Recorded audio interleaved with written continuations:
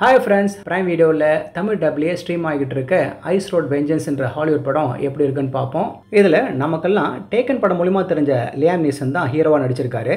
இவர் அந்த படத்துல இருந்து இதே மாதிரி தான் நடிச்சிட்டு வராரு. கொஞ்சம் சேடாக தான் இருக்குது. ஆனால் கடைசியில் எப்படியோ இந்த ஜானரை தாண்டி ரீசெண்டாக காமெடி படமான நேக்கட் கன்ல நடிச்சிருக்காரு.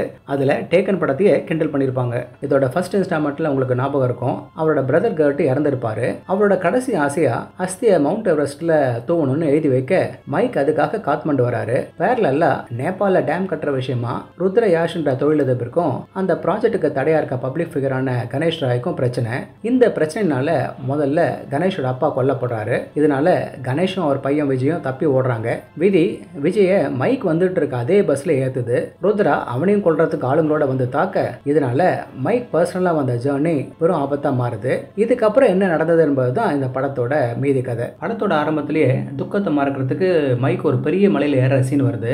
இது இன்னும் நம்ம ஹீரோ ஃபிட்டா இருக்காருன்னு காமிக்கிறதுக்கு. அடுத்த சீன் நம்ம ஹீரோ ஒரு இன்டர்நேஷனல் பேசஞ்சர்ஸ் இருக்க பஸ்ல ஒரு டிராவல் கைடோட ஜேர்னி ஆரம்பிக்கிறாரு.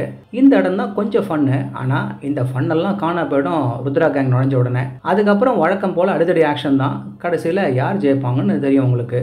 ஐஸ் ரோடுன்னு பேரை வச்சுட்டு இதில் ஐஸ் தான் இல்லை, என்ன இந்த ஹிமாலயன் ரோட்ல கரணம் தப்பினா மரணம் மாதிரி குறுகின மலைப்பாதைகளில் நடக்கிற ஆக்ஷன் உங்களை பதப்பதைக்கு வச்சிடும். இதுவே உங்களை போர் அடிக்காம கடைசி வரை கொண்டு போயிடும். இது ஓகேனாலும் லியாம் நீசன் எப்படி இது மாதிரி படங்களுக்கு ஒத்துக்கிறாருன்னு கேள்வி மிஞ்சும். இதுக்கு மேல இவரோட வயசு வேற நல்லாவே தெரிய ஆரம்பிக்குது. படம் முன்னதை விட பெட்டரா இருக்கணும்னு ட்ரை பண்ணி படம் ஆரம்பிச்ச கொஞ்ச நேரத்திலேயே கடமைக்காக எடுத்த மாதிரி போகுது. ஆனா பாருங்க, நம்ம மாதிரி ஆக்ஷன் விரும்பிகளுக்கு போர் அடிக்காம போகும்.